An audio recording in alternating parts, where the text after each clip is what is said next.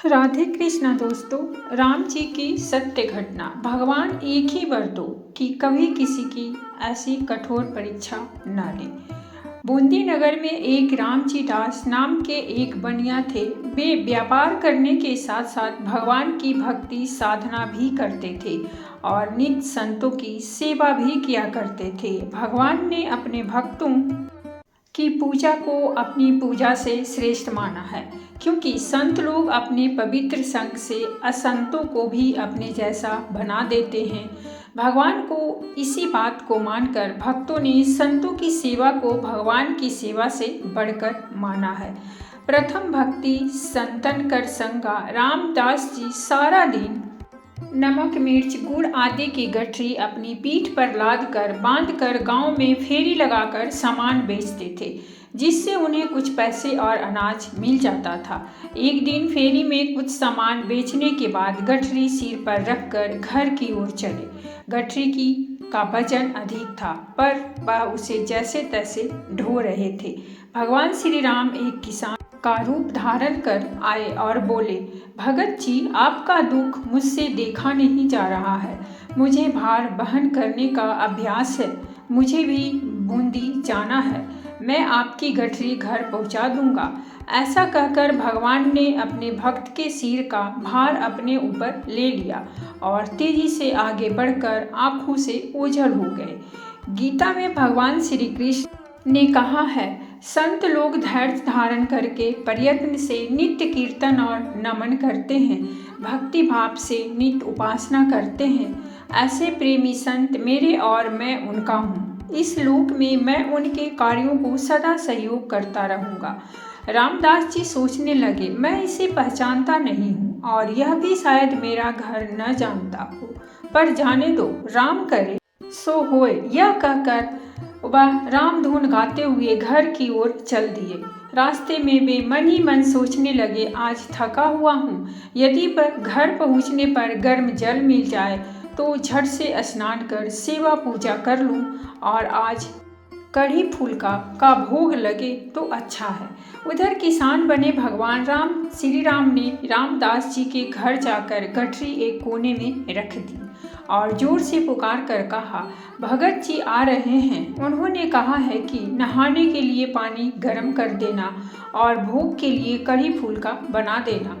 कुछ देर बाद रामदास जी घर पहुँचे तो उन्होंने देखा कि सामान की गठरी कोने में रखी है। उनकी पत्नी ने कहा, पानी गर्म कर दिया है, झट से स्नान कर लो। भोग के लिए गरम गरम कढ़ी और फुलके भी तैयार हैं। रामदास जी ने आश्चर्यचकित होकर पूछा, तुमने मेरे मन की बात कैसे जान ली? पत्नी बोली, मुझे क्या पता तुम्हारे मन की बात, उस गठरी लाने वाले ने कहा था। रामदास जी समझ गए कि आज राम जी ने भक्त वात्सल्यवश बड़ा कष्ट सहा। उनकी आंखों में प्रेमाश्रु झरने लगे और वे अपने इष्ट के ध्यान में बैठ गए। ध्यान में प्रभु श्री राम ने प्रकट होकर प्रसन्न होते हुए कहा, तुम नित्य संत सेवा के लिए इतना परिश्रम करते हो, मैंने तुम्हारी थोड़ी सी सहायता कर दी तो क्या हुआ? गीता में भगवान श्री कृष्ण ने कहा है, अनन्य चेता संतता या माँ समरसी निश्चते ततांस्य सुलभ पार्थ नित्य सुख। अर्थात मेरा ही ध्यान मन में रखकर प्रतिदिन जो मुझे भजता है, उस योगी संत को सहज में मेरा दर्शन हो जाता है। रामदास जी ने अपनी पत्नी से पूछा, क्या तूने उस गठरी लाने वाले को देखा था? पत्नी बोली, मैं तो अंदर थी, पर उस व्यक्ति के शब्द बहुत ही मधुर थे। रामदास जी ने पत्नी को बताया कि वे साक्षात श्री राम ही थे। तभी उन्होंने मेरे मन की बात जान ली। दोनों पति पत्नी भगवान की भक्त वात्सलता से भाव विह्वल होकर रामधुन गाने में लीन हो गए। महाभारत युद्ध की समाप्ति के बाद अर्जुन को वहम हो गया कि वो श्री कृष्ण के सर्वश्रेष्ठ भक्त हैं। अर्जुन सोचते हैं कि कन्हैया ने मेरा रथ चलाया, मेरे साथ रहे, इसीलिए मैं भगवान का सर्वश्रेष्ठ भक्त हूँ। अर्जुन को क्या पता था कि वो केवल भगवान के धर्म की स्थापना का जरिया था। फिर भगवान ने उसका गर्व तोड़ने के लिए उसे एक परीक्षा का गवाह बनने के लिए कहा। अपने साथ ले गए। श्री कृष्ण और अर्जुन ने जोगियों का वेश बनाया और वन में से एक शेर को पकड़ा और पहुंच जाते हैं भगवान विष्णु के परम भक्त राजा मोरध्वज के द्वार पर। राजा मोरध्वज बहुत ही दानी और आभा भगत वाले थे। अपने दर पर आए किसी को भी वो खाली हाथ और बिना भोज के जाने नहीं देते थे। दो साधु एक सिंह के साथ दर पर आए हैं, ये जानकर राजा नंगे पांव दौड़कर द्वार के पर गए और भगवान के तेज से नतमस्तक हो आतिथ्य स्वीकार करने के लिए कहा। भगवान कृष्ण ने मोरध्वज से कहा कि हम मेजबानी तभी स्वीकार करेंगे जब राजा उनकी शर्तें माने। राजा ने जोश से कहा, आप जो भी कहेंगे मैं तैयार हूँ। भगवान श्री कृष्ण ने कहा, हम तो ब्राह्मण हैं, कुछ भी खिला देना, पर ये सिंह नरभक्षी है।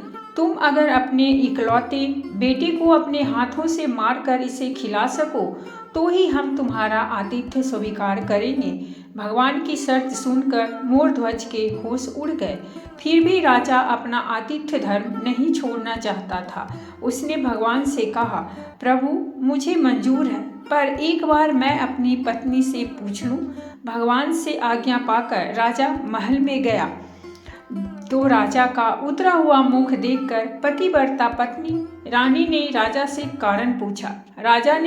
राजा ने जब सारा हाल बताया तो रानी के आंखों से आंसू बह निकले। फिर भी वो अभिमान से राजा से बोली कि आपकी आन पर मैं अपने सैकड़ों पुत्र कुर्बान कर सकती हूँ। आप साधुओं को आदरपूर्वक अंदर ले आइए। अर्जुन ने भगवान से पूछा, माधव ये क्या माजरा है, आपने ये क्या मांग लिया? कृष्ण बोले, अर्जुन तुम देखते जाओ और चुप रहो। राजा तीनों को अंदर ले आए और भोजन की तैयारी शुरू की। भगवान को 56 भोग परोसा गया, पर अर्जुन के गले से उतर नहीं रहा था। राजा ने स्वयं जाकर पुत्र को तैयार किया। पुत्र भी 3 साल का था और नाम था रतन कंवर। वो भी माता पिता का भक्त था। उसने भी हंसते हंसते अपने प्राण दे दिए, परंतु उफ न की। राजा रानी ने अपने हाथों में आरी लेकर पुत्र के 2 टुकड़े किए और सिंह को परोस दिया। भगवान ने भोजन ग्रहण किया, पर जब रानी ने पुत्र का आधा शरीर देखा तो वो आंसू रोक ना पाई। भगवान इस बात पर गुस्सा हो गए कि लड़के का एक फाड़ कैसे बच गया। भगवान रुष्ट होकर जाने लगे तो राजा रानी रुकने की मिन्नतें करने लगे।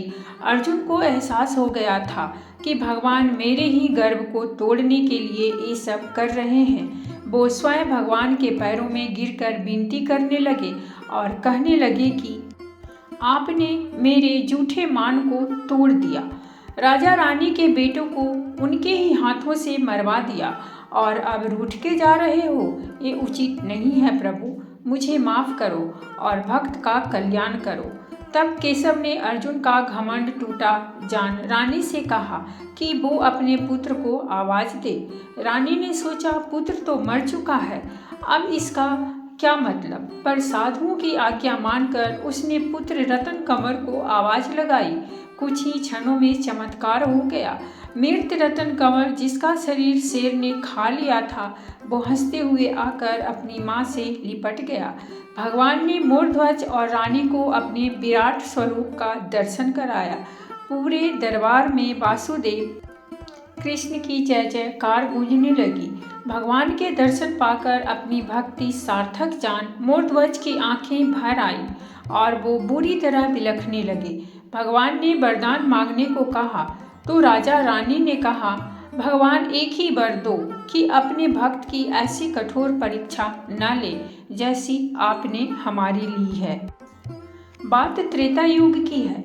कुंडलपुर के राजा सूरथ बहुत परोपकारी और धार्मिक प्रवृत्ति के थे। यथा राजा तथा प्रजा भी उतनी ही सत्कर्मी, धर्मकारी और परोपकारी थी।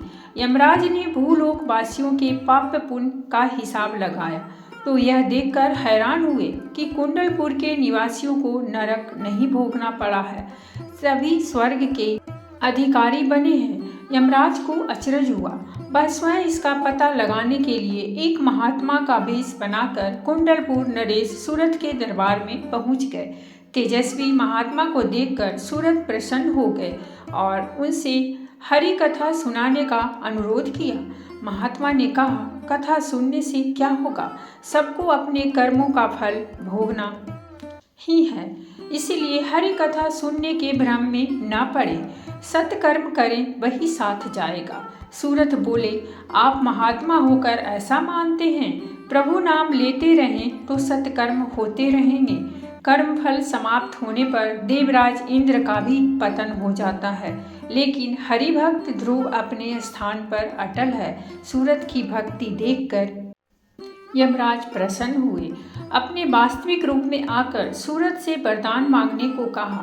राजा ने मांगा, जब तक हरि के दर्शन न हो जाएं, तब तक मेरी मृत्यु न हो। यमराज ने बताया कि जल्द ही भगवान विष्णु का रामावतार होगा। प्रभु उस युग में मानव लीला करेंगे, उन्हीं के रूप में तुम्हें हरि के दर्शन होंगे। शीघ्र ही राजा सूरत को सूचना मिली कि अयोध्या के राजा दशरथ के यहाँ श्री राम का अवतार हो गया है। श्री राम के दर्शन की आस में वह उनकी हर सूचना लेते रहते थे। जब प्रभु ने राज सिंहासन संभालने के बाद अश्वमेघ का घोड़ा छोड़ा तो सूरत को अपना मनोरथ पूरा होता नजर आया। उन्होंने यज्ञ के घोड़े को रोकने का निश्चय किया। अश्व की रक्षा में चल रहे शत्रुघ्न से सूरत का घोर संग्राम हुआ।